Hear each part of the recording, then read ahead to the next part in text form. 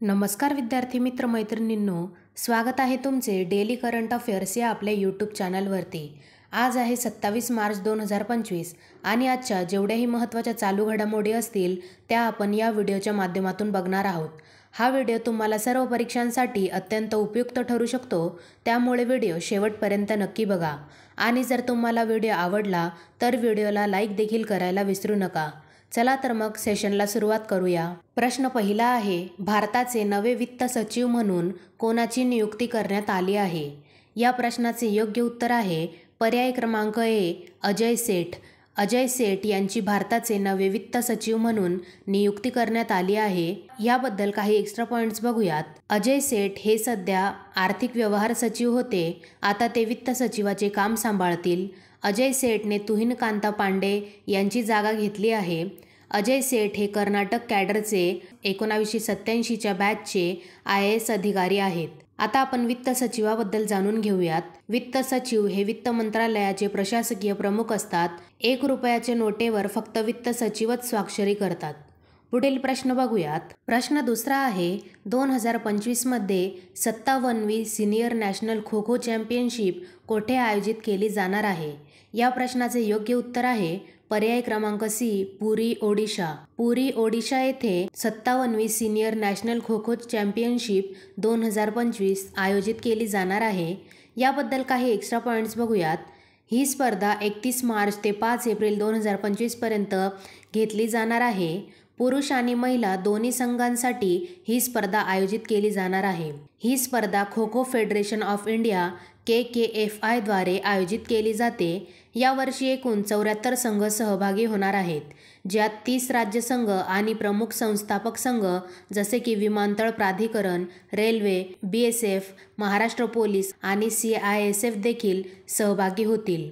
आता आपण kho kho federation of इंडियाबद्दल जाणून घेऊयात। भारतात खो खोसाठी राष्ट्रीय नियामक मंडळ आहे। याची स्थापना 1955 मध्ये करण्यात आली। खो खो फेडरेशन ऑफ इंडियाचे सध्याचे अध्यक्ष आहे सुधांशु मित्तल। पुढील प्रश्न बघूयात। प्रश्न तिसरा आहे, भारतातील पहिले फ्रोझन झू नुकतेच कोठे स्थापन झाले आहे? या प्रश्नाचे योग्य उत्तर आहे पर्याय क्रमांक सी, पश्चिम बंगाल। पश्चिम बंगाल राज्यात भारतातील पहिले फ्रोझन झू स्थापन झाले आहे। याबद्दल काही अजून माहिती बघूयात। भारतातील पहिले गोठलेले प्राणी संग्रहालय पद्मजा नायडू हिमालयन प्राणी संग्रहालय दार्जिलिंग, पश्चिम बंगालमध्ये तयार करण्यात आले आहे। येथे लुप्तप्राय हिमालयीन प्रजातींचे भविष्यासाठी संरक्षण केले जाईल। येथे DNA, शुक्राणू, अंडी आणि भ्रूण यांसारख्या प्राण्यांचे अनुवांशिक साहित्य 196 अंश सेल्सिअस तापमानात द्रव नायट्रोजनमध्ये साठवले जाईल, जेणेकरून त्यांचे अनुवांशिक ब्लूप्रिंट सुरक्षित राहतील। जतन केलेल्या प्रजातींमध्ये red panda, snow leopard, Goral आणि मिश्मी टाकिन यांचा समावेश आहे। पुढील प्रश्न बघूयात। प्रश्न चौथा आहे, नामिबियाच्या पहिल्या महिला राष्ट्राध्यक्ष म्हणून कोणाची निवड झाली आहे?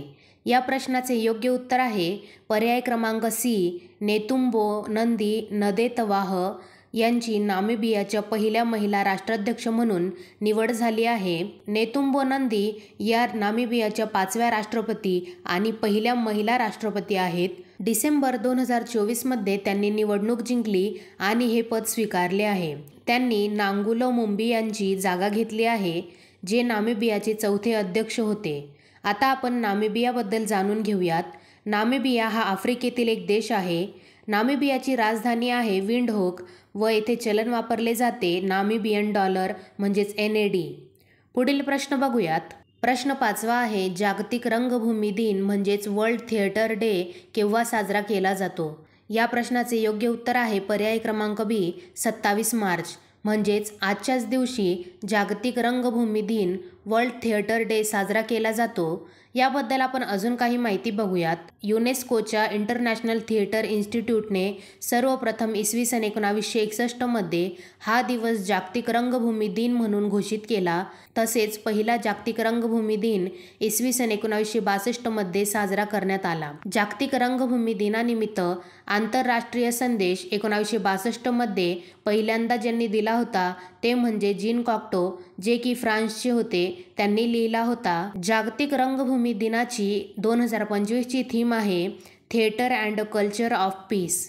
पुढील प्रश्न बघूयात। प्रश्न 6वा आहे, 1975 मध्ये भारताच्या पहिल्या हॉकी विश्वचषक विजयाच्या सुवर्ण महोत्सवी वर्षाच्या स्मरणार्थ लिहिलेले मार्च ऑफ ग्लोरी हे पुस्तक कोणी लिहिले आहे? या प्रश्नाचे योग्य उत्तर आहे पर्याय क्रमांक सी, के अरुमुगम आणि एरोल डी क्रूज यांनी मार्च ऑफ ग्लोरी हे पुस्तक लिहिले आहे। याबद्दल अजून काही माहिती बघूयात। भारताच्या 1975च्या हॉकी विश्वचषक विजयाच्या 50व्या वर्धापन दिनानिमित्त हे पुस्तक प्रकाशित करण्यात आले आहे। आता आपण पुस्तकाच्या लेखकांबद्दल जाणून घेऊयात। के अरुमुगम हे हॉकी इतिहासकार आणि OTHL 1000 हॉकी लीगचे संस्थापक आहेत व एरोल डी क्रूज हे ज्येष्ठ पत्रकार आहेत। पुढील प्रश्न बघूयात। प्रश्न 7वा आहे, डेन्मार्कच्या राजाने अलीकडेच Knights Cross of the Order of Dannebrog हा पुरस्कार कोणाला प्रदान केला आहे? या प्रश्नाचे योग्य उत्तर आहे पर्याय क्रमांक ए, विजय शंकर। विजय शंकर यांना डेन्मार्कच्या राजाने Knights Cross of the Order of Dannebrog हा पुरस्कार प्रदान केला आहे। याबद्दल काही अजून माहिती बघूयात। विजय शंकर हे दक्षिण भारतासाठी डेन्मार्कचे मानद कॉन्सुल जनरल आणि द सन्मार ग्रुपचे अध्यक्ष आहेत। भारत आणि डेन्मार्कमधील संबंध वाढवण्यासाठी त्यांना हा पुरस्कार देण्यात आला आहे। दक्षिण भारतासाठी डेन्मार्कचे मानद कॉन्सुल जनरल एक डॅनिश सरकारद्वारे नियुक्त केलेले मानद राजनैतिक पद आहे। विजय शंकर यांच्यापूर्वी त्यांचे वडील एन शंकर आणि आजोबा KS नारायणन यांनीही हे पद भूषवले आहे। आता आपण Knights Cross of the Order of Dannebrog या पुरस्काराबद्दल जाणून घेऊयात। हा डेन्मार्कचा एक प्रतिष्ठित सन्मान आहे। 1671 मध्ये राजा ख्रिस्टियन यांनी याची स्थापना केली होती। हा सन्मान अशा व्यक्तींना दिला जातो ज्यांनी प्रतिष्ठित नागरी कामगिरी केली आहे। आता आपण डेन्मार्कबद्दल बघूयात। डेन्मार्क हा उत्तर युरोपातील एक देश आहे। डेन्मार्कची राजधानी आहे कोपनहेगन। येथे चलन वापरले जाते डॅनिश क्रोन। डेन्मार्कचे सध्याचे पंतप्रधान आहेत मेटे फ्रेडरिक्सन। पुढील प्रश्न बघूया। प्रश्न 8वा आहे, नुकताच प्रसिद्ध झालेला स्टेट ऑफ क्लायमेट 2024 हा अहवाल कोणत्या संस्थेने प्रकाशित केला आहे? या प्रश्नाचे योग्य उत्तर आहे पर्याय क्रमांक सी, जागतिक हवामान संघटना म्हणजेच WMO या संस्थेने स्टेट ऑफ क्लायमेट 2024 हा अहवाल प्रकाशित केला आहे। याबद्दल अजून काही माहिती बघूयात। या अहवालात पुढील मुद्दे दिले आहेत। जागतिक तापमान औद्योगिकीकरणापूर्वीच्या पातळीपेक्षा 1.34 ते 1.41 अंश सेल्सिअसपेक्षा जास्त झाले आहे। 2024 मध्ये चक्रीवादळे, पूर आणि दुष्काळ, अन्न संकट आणखी वाढतील। उष्णतेच्या लाटांचा परिणाम पूर्व आशिया, आग्नेय युरोप, भूमध्य सागरीय प्रदेशांवर झाला आहे।